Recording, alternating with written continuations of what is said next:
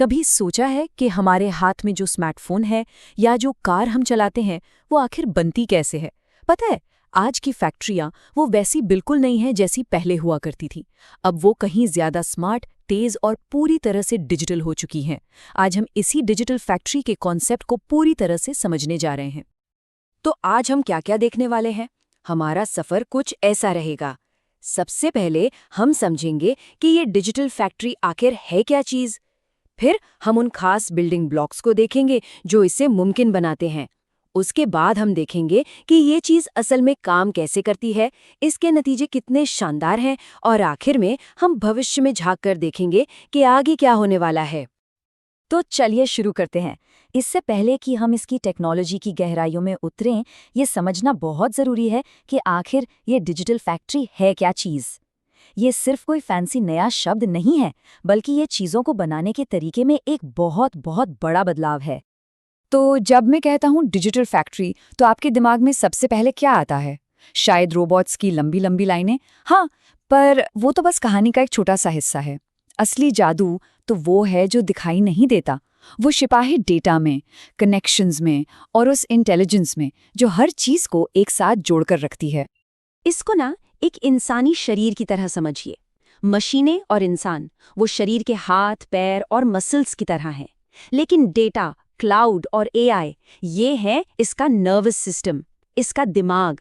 यही वो चीज़ है जो हर हिस्से को एक दूसरे से बात करने, सीखने और सिचुएशन के हिसाब से खुद को एडजस्ट करने की पावर देती है। मतलब ये सिर्फ काम को ऑटोमेट करने के बारे में नहीं है, ये एक ऐसा इकोसिस्टम बनाने के बारे में है जो खुद से सीखता है और लगातार बेहतर होता जाता है। ठीक है, तो अब हमें ये तो पता चल गया कि ये है क्या। तो चलिए अब थोड़ा और अंदर चलते हैं और उन कोर टेक्नोलॉजीज को समझते हैं जो इस डिजिटल क्रांति को पावर देती हैं। ये वो टूल्स हैं जो एक नॉर्मल फैक्ट्री को एक स्मार्ट फैक्ट्री में बदल देते हैं। तो सबसे पहले आते हैं आईओटी सेंसर्स। इन्हें आप फैक्ट्री की नसें समझ सकते हैं।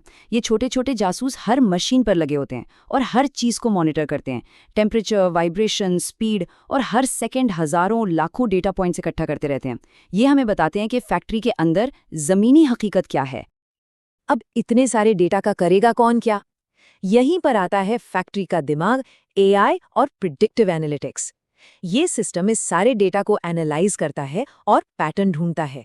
ये सिर्फ ये नहीं बताता कि कौन सी मशीन खराब होने वाली है, बल्कि ये भी बताता है कि प्रोडक्शन को और एफिशिएंट कैसे बनाया जाए, क्वालिटी कैसे सुधारी जाए और वेस्ट को कैसे कम किया जाए, वो भी रियल टाइम में। और हाँ, रोबोट्स को कैसे भूल सकते हैं? ये तो इस डिजिटल ऑर्केस्ट्रा के हाथ पैर हैं। ये एआई के दिमाग से कमांड लेते हैं और उन्हें जमीन पर उतारते हैं, बिना थके, 24 घंटे और पूरी सटीकता के साथ। और अब आती है सबसे कमाल की, सबसे फ्यूचरिस्टिक चीज, डिजिटल ट्विन। सोचिए, आप अपनी पूरी की पूरी फैक्ट्री की एक हूबहू वर्चुअल कॉपी बना सकते हैं। ये एक वीडियो गेम की तरह है, लेकिन असली दुनिया के लिए। आप नए आइडियाज टेस्ट कर सकते हैं, प्रोसेस बदल कर देख सकते हैं और प्रॉब्लम्स को सॉल्व कर सकते हैं। और ये सब कुछ बिना फैक्ट्री में एक भी असली पेंच को हाथ लगाए। देखिए, इनमें से कोई भी टेक्नोलॉजी अकेले कुछ नहीं कर सकती। असली पावर तब आती है जब ये सब एक साथ काम करते हैं। सेंसर्स डेटा लाते हैं, एआई उस डेटा से समझदारी निकालता है, रोबोट्स उस समझदारी पर एक्शन लेते हैं और डिजिटल ट्विन हमें एक्सपेरिमेंट करने के लिए एक सेफ जगह देता है। ये एक सिम्फनी की तरह है, जहां हर हिस्सा मिलकर कुछ ऐसा बनाता है जो अकेले कभी नहीं बना सकते थे। बहुत ज्यादा पावरफुल। अच्छा, थियोरी तो ठीक है, सुनने में बहुत अच्छा लगता है, पर सवाल ये है कि ये सब असलियत में कैसा दिखता है। तो चलिए अब बॉश और सीमेंस के एक पावरफुल अलायंस के जरिए देखते हैं कि एक डिजिटल फैक्ट्री एक्शन में कैसी लगती है। तो देखिए, ये पूरा सफर शुरू होता है फैक्ट्री के फ्लोर से ही, जहां रोबोट्स और सेंसर्स अपना काम कर रहे हैं। वो जो भी डेटा बनाते हैं वो कई लेयर्स से होकर गुजरता है। पहले लोकल कंट्रोलर्स तक, फिर एमईएस सिस्टम्स तक, जो पूरे प्रोडक्शन को आप कह सकते हैं मैनेज करता है। और आखिर में सारा डेटा पहुंचता है क्लाउड पर, जहां पावरफुल एआई एल्गोरिदम पैटर्न ढूंढते हैं और ऐसे फैसले लेते हैं जो तुरंत वापस फ्लोर पर भेज दिए जाते हैं। ये एक लगातार चलने वाला लूप है। और जानते हैं, इस पूरे केस स्टडी से सबसे बड़ी सीख क्या मिलती है? वो ये है कि आज की सबसे कामयाब फैक्ट्रियां जमीन पर नहीं बल्कि कोड में पैदा होती हैं। एक भी ईंट रखने से पहले उन्हें डिजिटल दुनिया में बनाया जाता है, टेस्ट किया जाता है और परफेक्ट किया जाता है। ये वही पुरानी कहावत है ना, 100 बार नापो 1 बार काटो। बस ये उसका सबसे मॉडर्न, सबसे हाईटेक वर्जन है। ठीक है, सब कुछ बहुत बढ़िया है, पर सबसे जरूरी सवाल तो ये है कि इन सब का आखिर फायदा क्या है? What's the bottom line? इस सेक्शन में हम देखेंगे कि डिजिटल होने से असल में नंबर्स में क्या फर्क पड़ता है। तो चलिए सीधे नतीजों पर आते हैं। बॉश और सीमेंस ने अपनी प्रोडक्टिविटी में 30% की जबरदस्त बढ़ोतरी देखी। सोचिए जरा, इसका मतलब है उतने ही रिसोर्सेज, उतने ही लोग, लेकिन आउटपुट लगभग 1/3 ज्यादा। ये कोई छोटा मोटा सुधार नहीं है, ये एक गेम चेंजर है। और बात सिर्फ रफ्तार की नहीं है, बात है स्मार्ट होने की भी। अपनी एनर्जी की खपत को बारीकी से मॉनिटर करके और उसे ऑप्टिमाइज करके उन्होंने अपनी लागत में 40% की कटौती की। ये न सिर्फ उनके मुनाफे के लिए अच्छा है, बल्कि हमारे प्लैनेट के लिए भी एक बहुत बड़ी जीत है।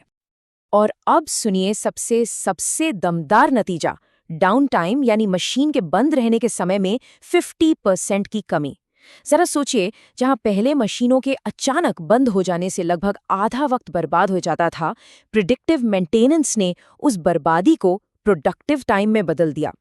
फैक्ट्री अब एक मक्खन की तरह चलती है।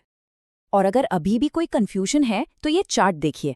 सब दूध का दूध, पानी का पानी हो जाएगा। एक तरफ है पुराना तरीका, जहां मशीनें कभी भी बंद हो सकती हैं और काम रुक जाता है, और दूसरी तरफ है डिजिटल तरीका, जहां सब कुछ शांत है, कंट्रोल्ड है। यही फर्क है इंतजार करने में और पहले से तैयार रहने में, और यही फर्क एक डिजिटल फैक्ट्री को डिफाइन करता है। तो क्या ये डिजिटल फैक्ट्री ही मंजिल है? क्या सफर यहीं खत्म हो जाता है? बिल्कुल नहीं।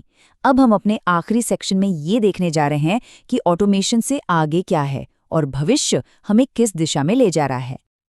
देखिए, हम अभी जिस दौर में हैं उसे कहते हैं इंडस्ट्री 4.0। इसका सारा फोकस है एफिशिएंसी, ऑटोमेशन और स्मार्ट मशीनों पर। लेकिन अब कहानी में एक नया मोड़ आ रहा है, एक नया चैप्टर शुरू हो रहा है, इंडस्ट्री 5.0। और ये इस पूरी कहानी में एक बहुत जरूरी चीज को वापस ला रहा है, इंसान को। तो इंडस्ट्री 5.0 का मकसद सिर्फ ये नहीं है कि फैक्ट्रियां और ज्यादा स्मार्ट हो जाएं। नहीं, इसका मकसद है ज्यादा फ्लेक्सिबल, ज्यादा सस्टेनेबल और ज्यादा ह्यूमन सेंट्रिक सिस्टम बनाना। यहाँ टेक्नोलॉजी का इस्तेमाल सिर्फ मुनाफा बढ़ाने के लिए नहीं होगा, बल्कि लोगों की बेहतरी और हमारे प्लैनेट की भलाई के लिए भी होगा। तो इसका निचोड़ क्या है? द की टेक अवे यही कि भविष्य की फैक्ट्री में इंसानों को रिप्लेस नहीं किया जाएगा, बल्कि उन्हें और ज्यादा पावरफुल बनाया जाएगा। ये एक ऐसी जगह होगी जहां बोरिंग और खतरनाक काम मशीनें करेंगी, ताकि हम इंसान उन चीजों पर फोकस कर सके जो हम सबसे अच्छा करते हैं, क्रिएटिविटी, इनोवेशन और मुश्किल से मुश्किल प्रॉब्लम को सॉल्व करना। और मैं आपको एक सवाल के साथ छोड़कर जा रहा हूं।